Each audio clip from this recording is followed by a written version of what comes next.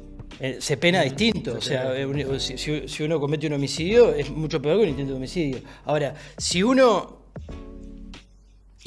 tiene más cantidad de la que puede tener, por ejemplo, en el bolsillo de cannabis, de la que en realidad no es taxativa, como dicen, o sea, no es un límite impuesto así, es para que tenga una idea el juez, ¿no? Si uno se pasa en 10 gramos hoy en día, te hacen una investigación del celular. Totalmente. Y así como tú dijiste antes, ¿le convidaste a un vecino o le diste a alguien, le vendiste porque tenés excedente? Algo que obviamente no lo hagan porque... No lo hagan y no lo escriban por el celular. Pero la variedad gama de cannabis en farmacias, que hoy es la preferida, digamos, de las 3 que existen, se distribuye los miércoles de mañana, los martes de noche, y el miércoles de tarde ya no queda.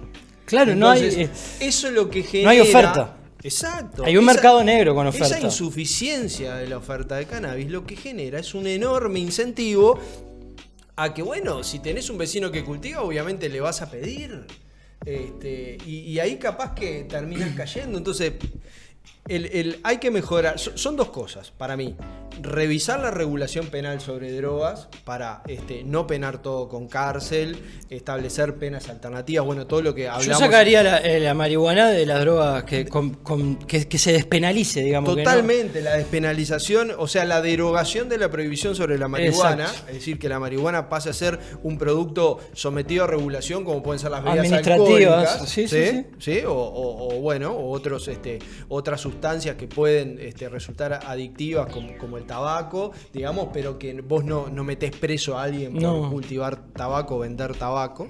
Y luego, bueno, mejorar la regulación sobre la base y seguramente estos 3 canales de acceso, vías de acceso, son razonablemente buenos, es decir, que te puedas cultivar en tu casa, que puedas conformar clubes o que lo puedas comprar en el mostrador de un comercio. Está bien. El tema es las capas superpuestas de regulaciones y rigideces que se le establecieron a eso. Porque ¿a quién se le ocurre, digamos, establecer un máximo de compra? Yo puedo ir a un supermercado y llenar un carrito de bebidas alcohólicas de alta graduación, que si me las tomo me muero. Sí. Pero sin embargo no puedo salir de una farmacia con más de 10 gramos de cannabis. Una sustancia que no tiene, digamos, no tiene dosis letal. Yo no me puedo morir tomando, fumando cannabis. O los clubes que tienen la restricción de poder...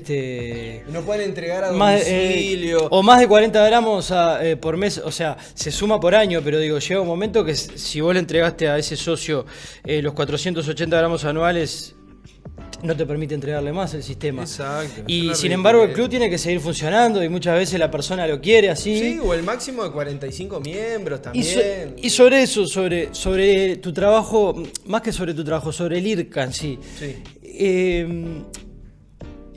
La persona que está a cargo del IRCA y el IRCA, ¿tienen recursos como para proponer y hacer? O sea, es algo porque o simplemente sirve como un contralor a duras penas porque no tiene recursos y tiene que estar, no hagan esto, saliendo a pedirle a los legisladores que esto no y que aquello no, pero en realidad como que sobre todo en este gobierno se ve como que no tiene...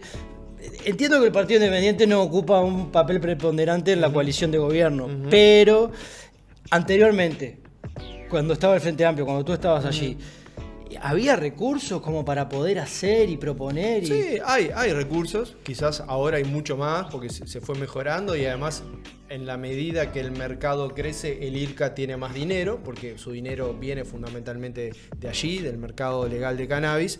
Lo cierto es que el IRCA es un órgano sobre todo de aplicación de la normativa, ¿sí?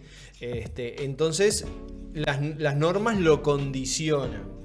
Obviamente que el IRCA y sobre todo su director y su directorio, integrado por distintos ministerios, le puede decir al Poder Ejecutivo, decir al presidente y a distintos ministros, che, miren que esto no está funcionando, necesitamos cambiarlo. Esa función hoy la está cumpliendo Daniel Radío.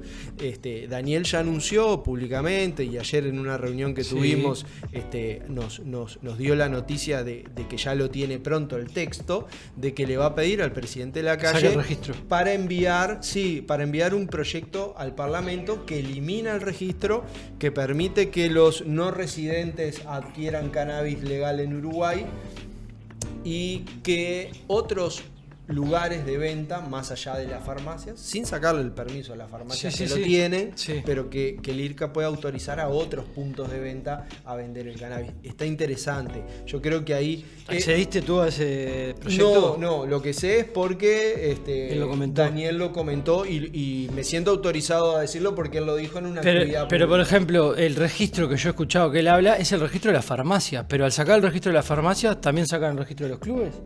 Bueno, entiendo que solamente para la compra en farmacias que se eliminaría. Porque en realidad yo sé que los clubes no son empresas, pero los posicionarían en un... o sea, a la farmacia le estarían dando una ventaja, digamos, en esa carrera entre clubes y farmacias, ¿no? Que los clubes no tienen. Incluso la farmacia de esa forma puede hasta vender marihuana que no está regulada y podría, porque el control es mucho menor al no tener registro. Mi percepción, se pueden establecer otros controles. Mi percepción es que el principal problema que pueden tener los clubes o desafío no es tanto el tema del registro de las personas, sino más bien el tope de miembros.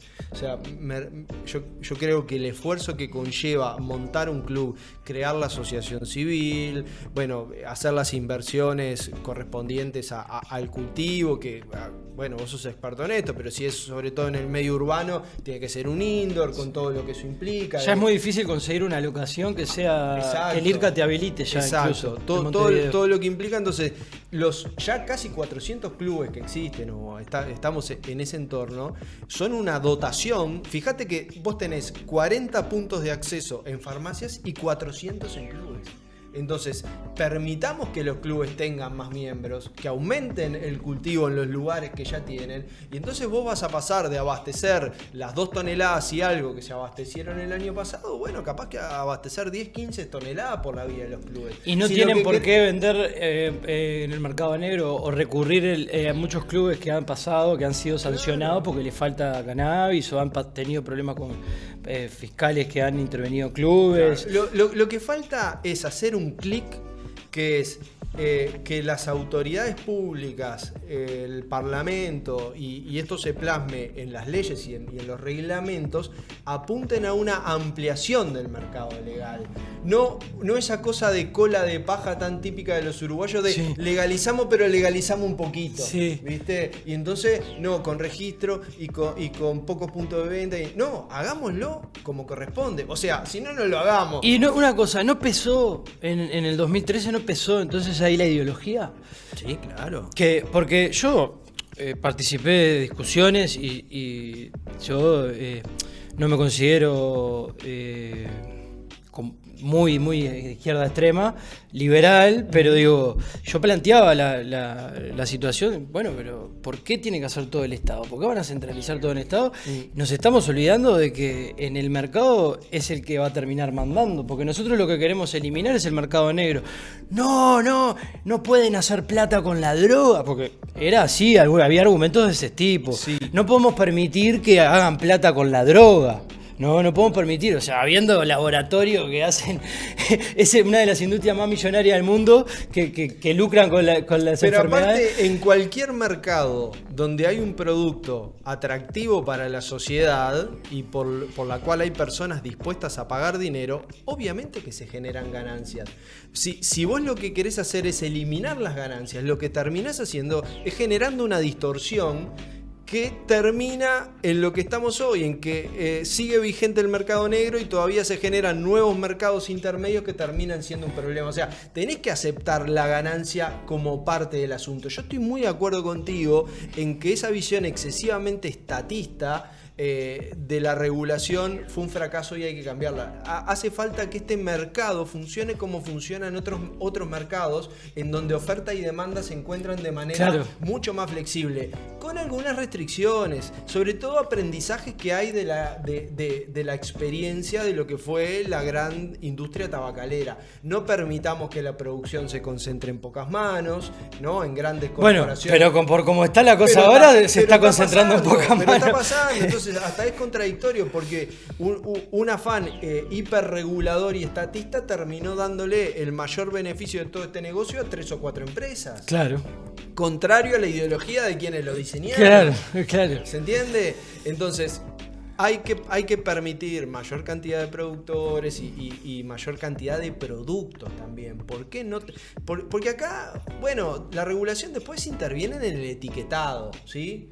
Si hay productos de alto THC, bueno, quizás el etiquetado tiene que tener una advertencia más grande. Así como el producto que tiene mucha sal tiene un octógono, bueno, el que tiene mucho THC tendrá que tener advertencias especiales con respecto a lo que puede ser el impacto que podés pasar si consumís un producto de alto THC, medidas especiales como existen en otros países para prevenir el acceso de menores de edad con envases especiales. Sí, o que te diga, te informe qué es lo que tenés que hacer si te viene si como tenés un caso de intoxicación. Es decir, es como si nosotros dijéramos, bueno, en el mercado de alcohol vamos a sacar todas las bebidas destiladas y vamos a dejar solamente la cerveza y el vino y la cerveza. Sí, fermentado. O sea, a nadie se le ocurre hacer eso. Porque hay límites igual, porque no podemos tener alcoholes de más de 40%, 45%. Está bien, bueno, se puede hacer eso, se puede establecer un máximo, porque no sería igual lo más recomendable, ¿no? Claro. Para tener la libertad, yo pienso que no es tan nociva la marihuana como el alcohol a la salud en ese sentido. Como dijiste hoy, no te tomás 3 litros de whisky seguido y te podés morir. Uh-huh. Te fumás 5 kilos de porro en 2 días y no te morís. Exacto. Y lo que pasa que, a ver, Manuelo, detrás de esto hay una imagen que es que la marihuana es la puerta de entrada a otras drogas. Esa imagen todavía sigue muy fuerte, aunque no tiene evidencia científica de respaldo. Y lo que sucedía en el 2013 es que se intentaba que los consumidores quedaran en la marihuana porque si consumen mucho, la lógica era que esos usuarios después iban a querer consumir otras sustancias. Claro. Y en realidad, no en sucede. Una sociedad libre y democrática, uno tiene que apostar a la decisión de las personas adultas, a que las personas adultas van a saber tomar las mejores decisiones para sí mismos y no que tengan que ser una especie de marioneta donde las autoridades le están diciendo qué consumir y cómo consumir. Pero aparte no Obviamente genera. que el Estado tiene que hacer prevención, sí. Prevención, pero no genera tantos problemas la marihuana al sistema de salud, digamos, más que fumar, digo, que el hecho de fumar sí genera un daño a la salud, pero digo, no es que se llenan los hospitales de adictos a la marihuana. A ver, pero los hospitales tenemos las calles llenas de adictos a otras drogas. Claro, pero los hospitales se llenan de personas accidentadas en automóviles y en motonetas y a nadie se le ocurre decir que los autos solo puedan andar a un máximo de 60 kilómetros por hora. Bueno, ¿entendés? Más o menos. Bueno, no, digo, que vos digas que no puede haber autos que claro, que al auto le limites la velocidad. Claro, lo que hay es, sanciones para los que se pasan de eso, pero después el vehículo, si vos apretás el acelerador, puede ir a una velocidad más alta. Es decir, hay una apuesta a que las decisiones individuales sean responsables con el entorno. Acá tomo el guante de lo que decía Luis Alberto Lacalle Pou, de la libertad responsable. Bueno, apliquemos el concepto de libertad responsable también a esto. Claro. Sí, es como una visión liberal para algunas cosas y muy conservadora para otras que tiene el gobierno realista. Justamente, ¿no? yo pensaba que en un gobierno de este tipo podía llegar a haber una modificación de algunos de los aspectos regulatorios más rígidos. Yo creo que al principio cuando ingresó el gobierno, pero cuando ingresaron me parece que hubo como un intento de incluso de ayudar a la industria, se firmaron algunos decretos que permitieron que la industria pudiera vender, la exportación, esto, aquello. Y me parece que dentro de la coalición de gobierno alguien dijo no, pum, y apretó el freno y dijo esto, si seguimos por este lado, no sé, me da una sensación como que hubo un freno de parte de algún lado, pero bueno. Y te quería preguntar medio para ir redondeando,